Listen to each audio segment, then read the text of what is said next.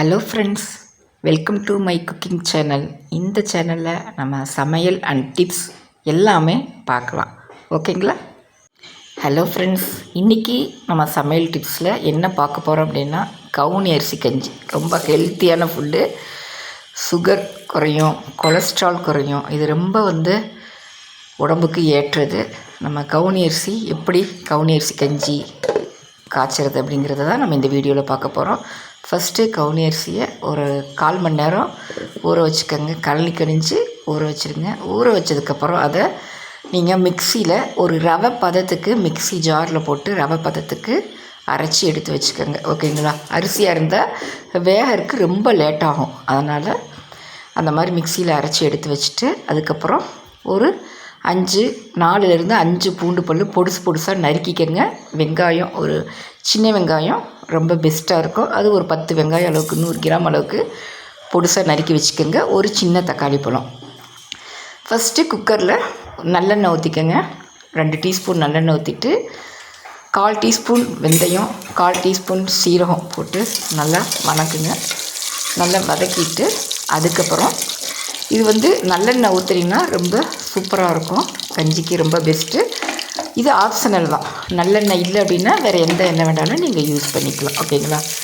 அதுக்கப்புறம் நீங்கள் பூண்டு பல் நறுக்கி வச்சுருக்கீங்கல்ல, அந்த பூண்டு பல் புதுசாக நறுக்கி வச்சுருக்கீங்க. அதையும் போட்டு நல்லா தாளிச்சிக்கோங்க.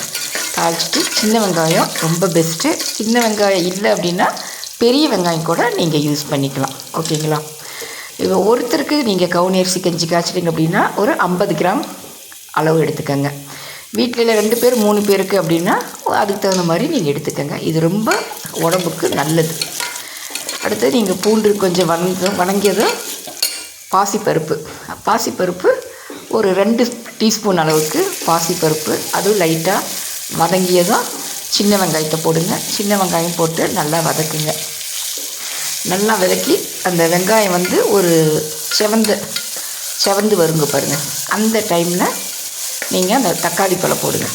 ஒரு தக்காளி, சின்ன தக்காளியாக போடுங்க. புளிப்பாக இருக்கும். இல்லை 2 பேர் 3 பேருக்கு அப்படின்னா பெரிய தக்காளி எடுத்துக்கோங்க. தக்காளியை நல்லா பொடுசாக நறுக்கி அதுலேயே நீங்கள் நல்லா மசிஞ்சு வர அளவுக்கு நல்லா வதக்கிக்கோங்க. நல்லா வதக்கினதுக்கப்புறம் அதுக்கடுத்தது நம்ம கவுனி அரிசி கஞ்சி ஊற வச்சு ஜாரில் அரைச்சி எடுத்து வச்சுருக்கோம் பாருங்கள். அது இப்போ நீங்கள் ஒரு 50 கிராம் எடுத்திருக்கீங்க. ஒருத்தருக்கு கஞ்சி காய்ச்சிறீங்க அப்படின்னா 50 கிராம் எடுத்திருக்கீங்க அப்படின்னா ஒரு 150 மில்லி தண்ணி. ஓகேங்களா? ரொம்ப கெட்டியாகவும் இல்லாமல் ரொம்ப தண்ணியாகவும் இல்லாத அளவுக்கு நீங்கள் இது பண்ணணும். தக்காளி நல்லா வதங்கினதுக்கப்புறம் ஒரு 1/4 டீஸ்பூன் மஞ்சள் தூள் போட்டு நல்லா வதக்கிட்டு அதுக்கப்புறம் நீங்கள் 50 கிராம் அரிசி எடுத்திருக்கீங்க அப்படின்னா அதுக்கு ஒரு 150 மில்லி தண்ணி, பெரிய டம்ளரில் ஒரு 150 மில்லி அளவுக்கு தண்ணி ஊற்றிக்கோங்க. தண்ணி ஊற்றிட்டு நல்லா கலக்கி விட்டுட்டு நம்ம ஜாரில் அரைச்சி வச்சுருக்கோம் பாருங்கள், அந்த அரிசி ரவையாக அரைச்சி வச்சுருக்கோங்கல்ல, அதை நாம் சேர்த்துக்கணும். சேர்த்து நல்லா கலக்கிட்டு அடுத்து உப்பு நீங்கள் நார்மலாக ஒரு 1/4 டீஸ்பூன் அளவு போட்டுக்கோங்க. கல்லுப்பு யூஸ் பண்ணிக்கோங்க. நீங்கள் அடுத்து குடிச்சு பார்த்துட்டு கூட உப்பு பத்தலை அப்படின்னா நம்ம சேர்த்துக்கலாம். அதிகமாக போட்டுறாதீங்க. உங்களுக்கு கணக்கான அளவு நார்மலாக வேணும், நாங்கள் உப்பு கம்மியாக தான் சாப்பிடும் அப்படின்னா அதுக்கு தகுந்த மாதிரி உப்பு போட்டுட்டு கொத்தமல்லி இலை இருந்தால் அதை பொடிசாக நறுக்கி அதில் போட்டுருங்க. நல்லா போட்டுட்டு ஒரு நல்லா கலக்கிட்டு நீங்கள் விசில் போட்டு விட்டுறலாம். இது குக்கரில் நீங்கள் வேக போடுறது தான் ரொம்ப நல்லது. அப்போ தான் உங்களுக்கு சீக்கிரமாக வேகும். குக்கரில் நீங்கள் விசில் போட்டுட்டு ஒரு 4லேருந்து 5 விசில் விட்டுருங்க. ஓகேங்களா?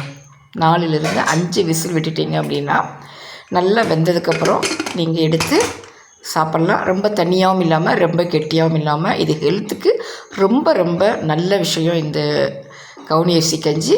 இந்த கவுனி அரிசி கஞ்சி செஞ்சு பார்த்துட்டு எப்படி இருக்குது அப்படிங்கிறது உங்கள் கமெண்ட்டில் சொல்லுங்கள்.